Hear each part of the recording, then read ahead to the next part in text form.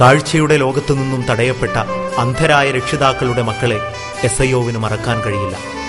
Kerala federation of the blinds Malappuram ജില്ലാ കമ്മിറ്റിയുടെ സഹകരണത്തോടെ മലപ്പുറം ജില്ലയിലെ 110 അന്ധരായ രക്ഷിതാക്കളുടെ മക്കൾക്ക് SIOവിന്റെയും മർഹമയുടെയും പഠന സഹായം നൽകാൻ കഴിഞ്ഞിട്ടുണ്ട്.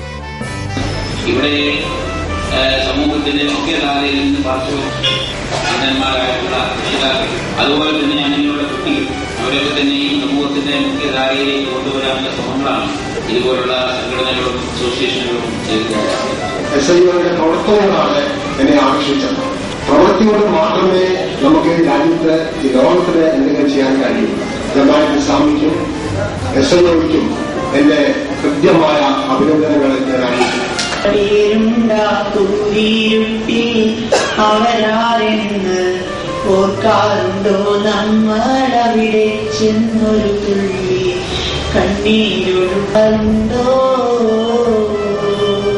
SIO എന്നൊരു പ്രസ്ഥാനവും അതിന്റെ മേൽഘടകങ്ങളും അങ്ങനെയുള്ള ഒരു വിങ് തന്നെ കേരളത്തിൽ പല രീതിയിലുള്ളതായ വർക്കുകൾ ചെയ്യുന്നുണ്ട് എന്ന് മനസ്സിലാക്കാൻ കഴിയുന്നുണ്ട്.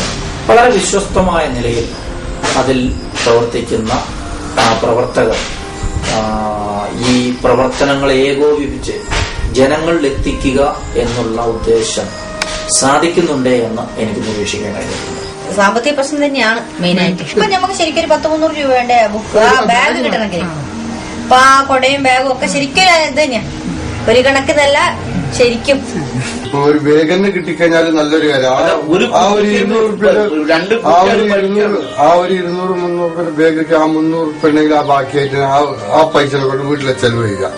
ഇതിനായിട്ട് ഇപ്പൊ എവിടെ പോകേണ്ട പൈസ അടുത്ത ആരുടെ കടം വാങ്ങണോ? സ്കൂൾ തുറക്കുന്ന സമയത്ത് യൂണിഫോമിന്റെയും പുസ്തകത്തിന്റെയും എല്ലാ കാര്യത്തിലും നോക്കുമ്പോ ഒരാൾക്ക് കിട്ടിയതിനെ കൊണ്ട് ഒരാളെ കാര്യം നോക്കേണ്ടി വന്നിട്ടുണ്ട്. ഒരു സഹായം തന്നെയാണ്.